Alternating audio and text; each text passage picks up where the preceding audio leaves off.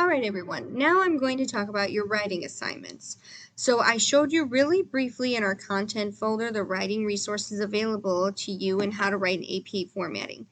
Any assignment that you submit that is not a discussion board should be formatted according to APA style. Now let me go into our folder and show you how that looks. So when you go into course content, I've included at the near top of the content folder APA writing resources. Now you have all these different things that will help you with formatting and citations and references. But what may be most helpful is this template I've created. So in this template, I explain APA formatting to you. And yes, this is actually me explaining APA formatting to you in APA formatting. And I've made it so that you can just insert your own information in red. And then after you've changed your information, you can change the font all to automatic black and submit it.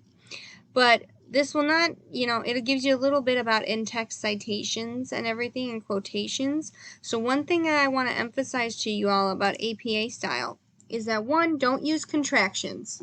Not professional, this is professional writing. 2, don't use first person. It's kind of assumed that you are speaking from your perspective.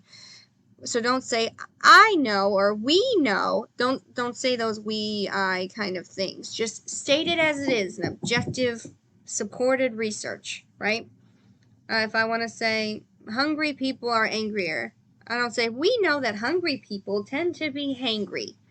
No, we're going to say hungry people tend to be hangry, and you're going to cite. Don't give me general claims. Don't say things like, as most of us know, as we're all aware, or most people would say, if you give me that, I'm going to tell you to cite that resource, okay? You can't use what seems like common sense and support that as evidence-supported research in this class. I'm going to ask you for the numbers. I'm going to ask you where you got that from, and if you can't give it to me, don't write it in your paper, because I will scrutinize that.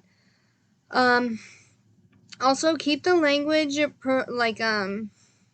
academic style. So while I love slang and other words in common speak, you can use them in the discussion board. That's fine, as long as you explain what they mean for people who don't know what they mean. I love slang, but not for APA formatted writing style. So make sure that you're not using colloquialisms like Pavlov really hit the nail on the head. I want you to think that if someone from another country was reading your paper, would they understand those little colloquialisms and things? Like, would they know that you mean they made a really good point with hit the nail on the head? Or would they be like, hey, why are they talking about hammers and nails all of a sudden?